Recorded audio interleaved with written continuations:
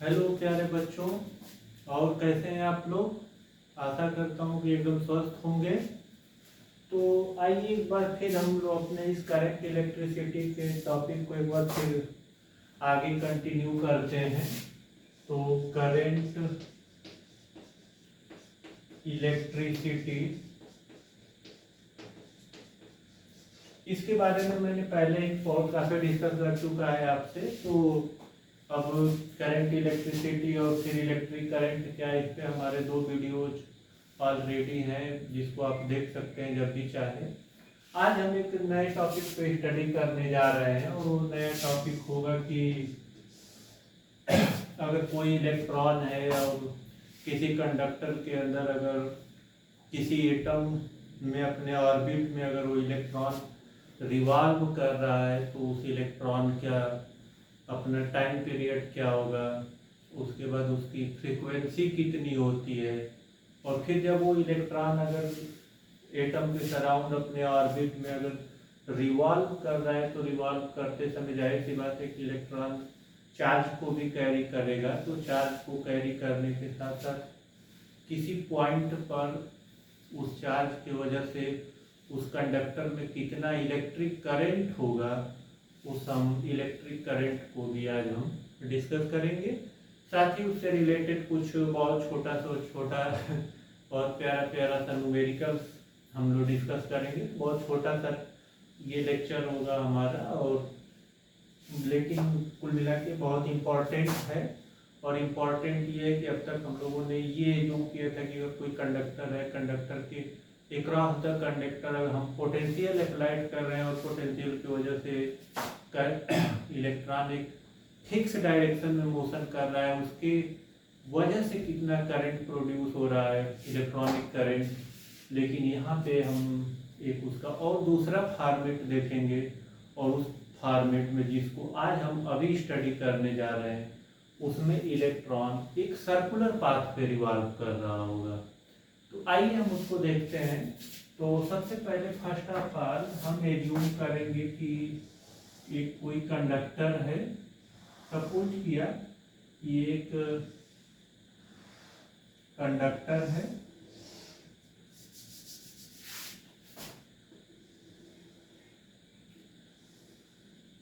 ये कंडक्टर है, और इस कंडक्टर के अंदर हमने एज्यूम किया, हमने एक एज्यूम किया कि एक एटम है। और जाहिर सी बात है कि अगर एक एटम होगा, एटम का अपना न्यूक्लियस होगा, और इस न्यूक्लियस में इलेक्ट्रॉन, इस न्यूक्लियस से, इसको हम मिटा दे रहे हैं, मतलब कोई भी एटम है तो उसका जाहिर सी बात है कि उसका न्यूक्लियस होगा। तो उसके न्यूक्लियस को हम एज्यूम कर लेंगे कि ये न्यूक्लियस है, इसके अंदर प्रोटॉन और न्यूट्रॉन फिक्स हैं, मतलब हैं ऑलरेडी। अब यहाँ से हम सपोज कर लेंगे कि ये उसके, इसका ये सेंटर हो गया O, और O से R डिस्टेंस पर कोई पॉइंट हमने एज्यूम कर लिया P, और P पे इलेक्ट्रॉन है, और वो इलेक्ट्रॉन कुछ वेलोसिटी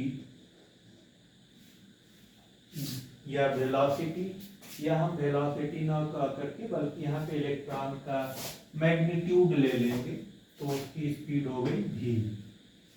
अब यहाँ पे हमको डिस्कस करना है कि पहले ही हमने बताया कि हमको आज डिस्कस करना है क्या electric current, time period, frequency of electron, इसको न्यू और स्मॉल एफ से हम रिप्रेजेंट करेंगे, और फिर इनके बीच में वन बाय वन करके हम रिलेशन निकालेंगे। तो ये बहुत छोटा सा टॉपिक है, तो इसमें हम 1, 2 और 3, और इस फ्रीक्वेंसी और इस इलेक्ट्रॉन का जो चार्ज होगा, उस चार्ज की वजह से कितना इलेक्ट्रिक करंट है, इसको हम यहाँ पे डिस्कस करेंगे। तो बहुत छोटा सा टॉपिक है, ऐसा नहीं कि बहुत बड़ा टॉपिक है। तो एक बार जल्दी से हम देख लें। एज्यूम किया, सपोज किया कि एक कंडक्टर है, उस कंडक्टर के अंदर कोई भी कंडक्टर है तो उसका मॉलिक्यूल्स होगा, उस मॉलिक्यूल्स के अंदर एक एटम है, ये क्या है उसका एटम है, और एटम का एक न्यूक्लियस है जहाँ पे प्रोटॉन और न्यूट्रॉन फिक्स है, इसे r डिस्टेंस पर कोई एक इलेक्ट्रॉन है जो अपनी ऑर्बिट में रिवॉल्व कर रहा है, और रिवॉल्व करते समय उसकी स्पीड भी हो गई, इलेक्ट्रॉन का ये चार्ज हो गया, हम चार्ज आगे यूज कर लेंगे ई हो गया। तो इसके वजह से पहले हम उसका टाइम पीरियड कैलकुलेट करेंगे कि इलेक्ट्रॉन का टाइम पीरियड क्या है। तो देखते हैं, तो टाइम पीरियड में यहाँ से हम देखेंगे वो, तो टाइम पीरियड ऑफ इलेक्ट्रॉन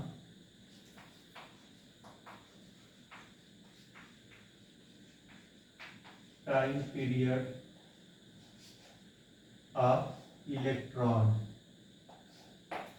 तो time period of electron T is equal to total revolution. Electron अगर ये पॉइंट पी है तो इसका रेडियस अगर आ रहा है तो पॉइंट पी से रिवॉल्व करते हुए फिर अगर अपने पॉइंट पी पे आता है तो कितना रिवॉल्यूशन होगा, 1 रिवॉल्यूशन ऑफ सर्किल। तो कितना होगा 1 रिवॉल्यूशन, और 1 रिवॉल्यूशन पाथ ऑफ 1 रिवॉल्यूशन हम कहेंगे, पाथ ऑफ 1 रिवॉल्यूशन, और ये रिवॉल्यूशन किस स्पीड से कर रहा है तो v, तो total t is equal to जो इसका रिवॉल्यूशन पाथ ऑफ रिवॉल्यूशन होगा, तो ये सर्कुलर पाथ है तो ये 2 पाई और इसका रेडियस r है तो 2 पाई r अपॉन v। तो जब कोई इलेक्ट्रॉन किसी कंडक्टर के अंदर अगर अपने ऑर्बिट में v स्पीड से अगर रिवॉल्व कर रहा है तो एक कंप्लीट रिवॉल्यूशन में इलेक्ट्रॉन द्वारा time taken t is equal to 2 pi r upon v। इसको हम इलेक्ट्रॉन का टाइम पीरियड भी कर सकते हैं। अब इसके बाद चूंकि प्यारे बच्चों एक चीज और हम यहाँ पे आपको बता दें कि इलेक्ट्रॉन वाइब्रेट करता है, तो ये पूरी तरह से सर्कुलर नहीं है पाथ, लेकिन हमने एज्यूम किया है कि वो सर्कुलर पाथ है। बाकी इलेक्ट्रॉन का अपना वेव नेचर भी होता है, तो इस वेव नेचर को हम जब आगे मॉडर्न फिजिक्स पढ़ेंगे तो वहाँ पे इस पे हम विस्तार से डिस्कस करेंगे। अभी के लिए फिलहाल हम इतना मानेंगे कि इलेक्ट्रॉन एक सर्कुलर पाथ पे रिवॉल्व कर रहा है। ठीक, अब इसकी फ्रीक्वेंसी हम देख लेंगे। तो हम जो पर सेकेंड फ्रीक्वेंसी, तो इलेक्ट्रॉन 1 सेकेंड में कितना टाइम लेता है, या पर सेकेंड ऑसिलेशन को हम क्या कहेंगे, इलेक्ट्रॉन की फ्रीक्वेंसी कहेंगे। यानी कहने का मतलब कि 1 सेकेंड में इलेक्ट्रॉन कितना चक्कर लगा रहा है, कितना रिवॉल्यूशन कर रहा है अपने ऑर्बिट में। तो न्यू इज इक्वल टू, ये न्यू एक ग्रीक वर्ड है, तो nu is equal to 1 upon T. हम इसको स्मॉल एफ से भी रिप्रेजेंट करते हैं, तो यहाँ पे हम लिख दे रहे हैं एफ, इधर होना चाहिए लेकिन जगह के अभाव में, तो न्यू और एफ दोनों में से कोई एक हमारा सिंबल रहेगा, तो हम न्यू को लेके कैरी करेंगे आगे। तो nu is equal to 1 upon T, तो nu is equal to 1 upon, यहाँ पे हमारा जो टोटल टाइम पीरियड है तो टी के प्लेस पे हम पुट कर देंगे 2 पाई आर अपॉन भी, या न्यू इज इक्वल टू भी अपॉन 2 पाई आर। ये उस इलेक्ट्रॉन का फ्रीक्वेंसी हो गया। क्लियर? अब देखिए एक चीज और कि क्या इस न्यू की वजह से जो इलेक्ट्रॉन की फ्रीक्वेंसी है, क्या इस इलेक्ट्रॉन की फ्रीक्वेंसी से या इस टाइम पीरियड से इलेक्ट्रॉन इलेक्ट्रिक करंट पे कोई इफेक्ट पड़ता है कि नहीं पड़ता है। कुल मिला के हम ये यहाँ पे कैलकुलेट करने वाले हैं कि क्या न्यू के वजह से इलेक्ट्रिक करंट प्रोड्यूस होती है कि नहीं होती है। तो हम इस चीज को भी देखेंगे प्यारे बच्चों। बहुत छोटा सा लेक्चर है, आप इसको चाहे तो पॉज करके नोट कर सकते हैं। इसके बाद हम आगे इलेक्ट्रिक करंट को डिस्कस करेंगे। तो फिर हम देखेंगे फिगर को। हमने सपोज किया कि अगर इलेक्ट्रॉन इस अपनी ऑर्बिट में रिवॉल्व कर रहा है v स्पीड के साथ, तो v स्पीड, तो किसी पॉइंट पे इलेक्ट्रिक करंट कितना होगा। तो इलेक्ट्रिक करंट के लिए हम यहाँ से देखेंगे तो हमारा एक रिलेशन हो गया, ये दूसरा रिलेशन हो गया, और तीसरा I इज इक्वल टू हमारा, अगर कोई इलेक्ट्रॉन है तो इलेक्ट्रॉन अगर अपनी ऑर्बिट में रिवॉल्व कर रहा है तो रिवॉल्यूशन के द्वारा इलेक्ट्रॉन चार्ज का कैरियर है। अगर रिवॉल्व कर रहा है सर्कुलर पाथ पे इलेक्ट्रॉन, तो इलेक्ट्रॉन चार्ज को भी लेकर रिवॉल्व कर रहा है। तो रिवॉल्व करते समय I इज इक्वल टू, हम सपोज कर लेंगे कि charge of electron small e, जो कि इलेक्ट्रॉन का चार्ज है, और into number of revolution, frequency क्या है, एक सेकेंड में कितना इलेक्ट्रॉन रिवॉल्व कर रहा है, तो उसको हम कहेंगे नंबर ऑफ रिवॉल्यूशन। तो ये हो गया एक, तो यहाँ से ये रिलेशन हो गया I is equal to E into V, और इसके बाद हम न्यू की वैल्यू पुट कर देंगे। तो I is equal to E into velocity of electron V upon 2 pi r। ये इलेक्ट्रॉन का ये इलेक्ट्रिक करंट हो गया, और ये इलेक्ट्रिक करंट किसके फॉर्म में हो गया, तो electric charge E, speed of electron V, and जिस पाथ पे रिवॉल्व कर रहा है, जिस पाथ पे रिवॉल्व कर रहा है तो उसका रेडियस ये r हो गया, इलेक्ट्रॉन की स्पीड v और उसका चार्ज E। ये एक रिलेशन हो गया। तो ये सब बहुत ही छोटा छोटा टॉपिक है, लेकिन बहुत इम्पोर्टेंट टॉपिक है। अगर मान लीजिए उसके कोई इलेक्ट्रॉन है और किसी कंडक्टर के अंदर अगर अपने ऑर्बिट में रिवॉल्व कर रहा है, तो रिवॉल्व के समय उस इलेक्ट्रॉन का टाइम पीरियड क्या होगा, उस इलेक्ट्रॉन की फ्रीक्वेंसी क्या होगी, ये फ्रीक्वेंसी क्या होगी, और फिर जब इलेक्ट्रॉन अगर सर्कुलर पाथ पे चार्ज को लेके कैरी कर रहा है, या सर्कुलर पाथ पे चार्ज के साथ कैरी कर रहा है, तो उसमें कि उस समय इलेक्ट्रॉन के द्वारा कितना इलेक्ट्रिक करंट प्रोड्यूस हो रहा है। तो I is equal to E into new.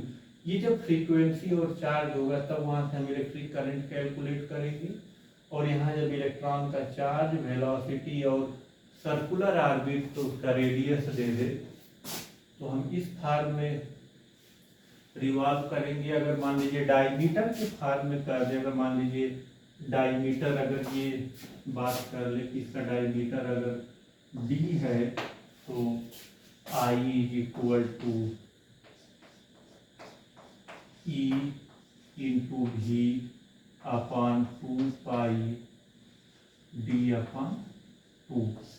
तो इसके फॉर्म में भी हम रिवॉल्व कर सकते हैं। तो देखिए फिजिक्स का कॉन्सेप्ट बहुत बड़ा है, बहुत डेप्थ फिजिक्स है, तो हम अपने हिसाब से अलग अलग, ये जेड नहीं है 2 है जी, तो अपने अलग अलग कॉन्सेप्ट है। हम इसमें जितना चाहें, जितना एनालिसिस करेंगे उसमें कुछ ना कुछ नई नई चीज़ें हमको मिलती रहें। तो ठीक है, इस लेक्चर में हम आज के अपने इस लेक्चर में इतना ही हम डिस्कस करने वाले हैं। तो प्यारे बच्चों, एक बार पूरा, बट आप मोबाइल को पॉज करिए और अपने कॉपी में इसको नोट डाउन कर लीजिए। फिर इसके बाद हम न्यूमेरिकल्स देखेंगे। तो ठीक है, आप हम आशा करते हैं कि आप नोट कर लिए हैं। अब चलिए इस पे एक छोटा सा न्यूमेरिकल देखेंगे हम। बहुत प्यारा सा न्यूमेरिकल देखेंगे, छोटा छोटा नोट को। तो ठीक है,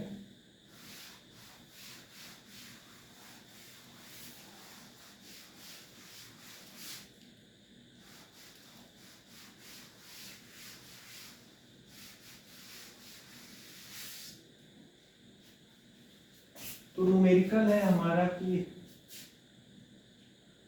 10 to the power 20 electron each having a charge of 1.6 into 10 to the power 19 coulomb passes from a point A towards another point B in 0.1 second. What is the electric current in ampere and what is direction? तो कह रहे हैं कि अगर कोई conductor है, हम एक न्यूमेरिकल को सॉल्व कर रहे हैं, तो यहाँ पे हमने एज्यूम किया कि कोई एक कंडक्टर है। क्या है? एक कंडक्टर है और उस कंडक्टर के अंदर 10 to the power 20 इलेक्ट्रॉन है। कितने इलेक्ट्रॉन है? 10 to the power 20। Charge number of electron, तो इस कंडक्टर के बाहर लिखते हैं हम, ये उसका क्रॉस सेक्शन ये हो गया, ये बी हो गया। हम इसका कुछ ये ले लेंगे, cross sectional area, uniform cross section area small A. हम अपने ज़रूरत के हिसाब से जितना डेटा की हमको ज़रूरत होगी, जो दिया होगा डेटा, उसके बेस पे हम इलेक्ट्रिक करंट को एम्पियर के फॉर्म में कैलकुलेट करेंगे। तो फिलहाल हम यहाँ से देख लेंगे। तो गिवन दैट में हम देखेंगे, given that n is equal to number of electron 10 to the power 20, charge of electron 1.6 into 10 to the power 19 coulomb का ये चार्ज हो गया। और उसके बाद पूछ रहा है, जो क्वेश्चन में पूछा गया है, तो पूछ रहा है कि इलेक्ट्रिक करंट कितना होगा और इसके बाद डायरेक्शन ऑफ करंट।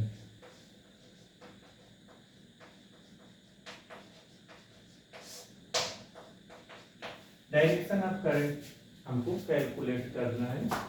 तो हम जानते हैं, यहाँ से हमको I is equal to, we know that Q is equal to IT, I is equal to Q upon T, और टाइम दिया है, टाइम हमारा है 0.1 सेकेंड।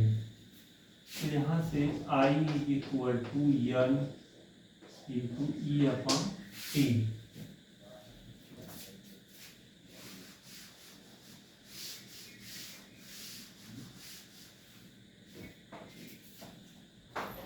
तो यहाँ से I is equal to number of electron 10 to the power 20 और E charge है हमारा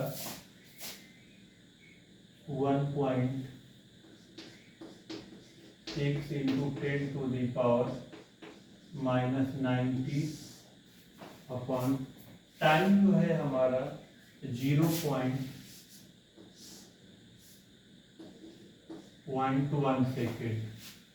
तो ये होगा 10 to the power 20, तो ये हो जाएगा 1.6 into 10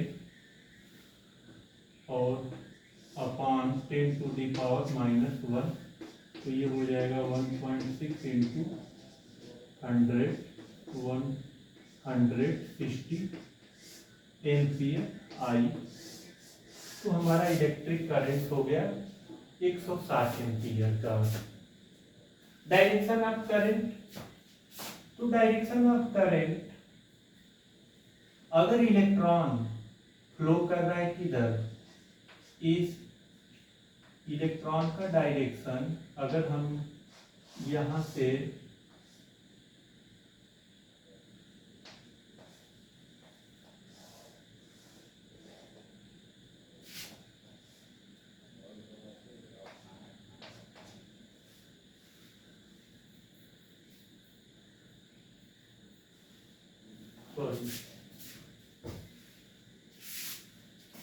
ये मिटा दें, कुल मिला के अगर डायरेक्शन ऑफ करंट की बात करें तो यहाँ पे जो डायरेक्शन ऑफ करंट है, इलेक्ट्रॉन का डायरेक्शन ए से बी की तरफ है। इलेक्ट्रॉन का जो डायरेक्शन है वो ए से बी है।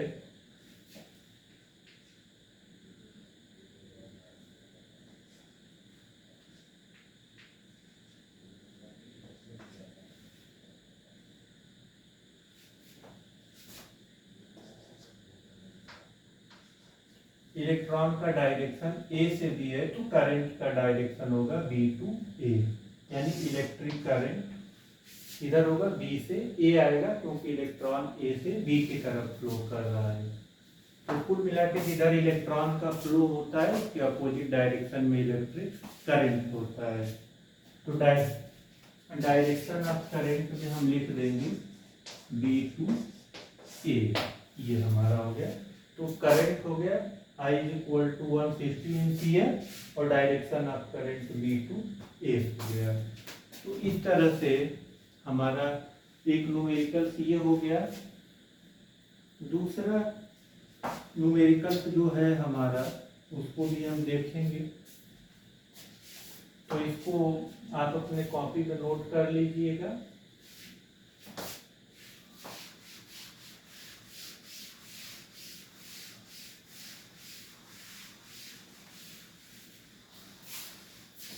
बहुत सिंपल और बहुत छोटे छोटे न्यूमेरिकल्स हैं ये। नेक्स्ट न्यूमेरिकल है कि कोई अगर कंडक्टर है, उस कंडक्टर में कर है so that the 1 ampere is equivalent to a flow of 6.25 into 10 to the power 80 elementary charge per second. कह रहा है किसी कंडक्टर के अंदर 6.2 into 10 to the power 18 electron flow करते हैं, इसको आप प्रूव करिए। तो we have to prove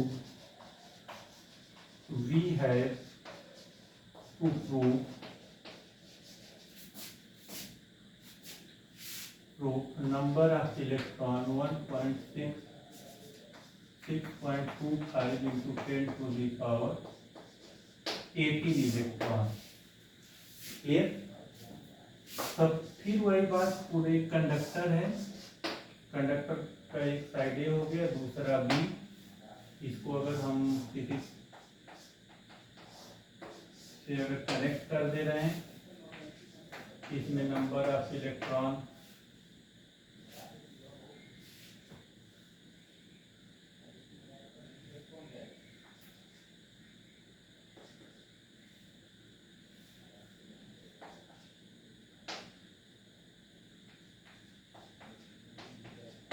electron का डायरेक्शन ऐसे है अगर, तो कह रहे हैं हमको बताइए कि 1 सेकेंड में इतना करंट फ्लो करता है।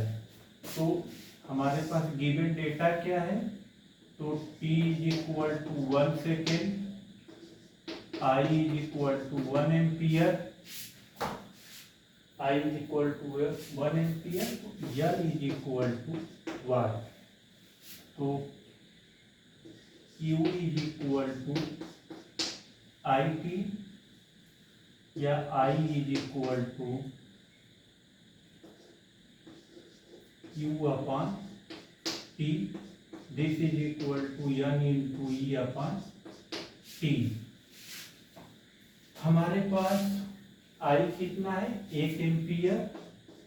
नंबर ऑफ ये इलेक्ट्रॉन हमको फाइंड आउट करके प्रूफ करना है, ये हो गया 1.6 इंटू 10⁻⁻90 अपॉन टाइम 1 सेकेंड। यहाँ से इसको हम प्रूव कर लेंगे, तो n is equal to 1.6 into 10⁻90, तो n is equal to 6.25 into 10⁻80 electron. ये हमारा नंबर ऑफ इलेक्ट्रॉन हो गया। तो ठीक है, आज की इस वीडियो लेक्चर में इतना ही। Thank you so much.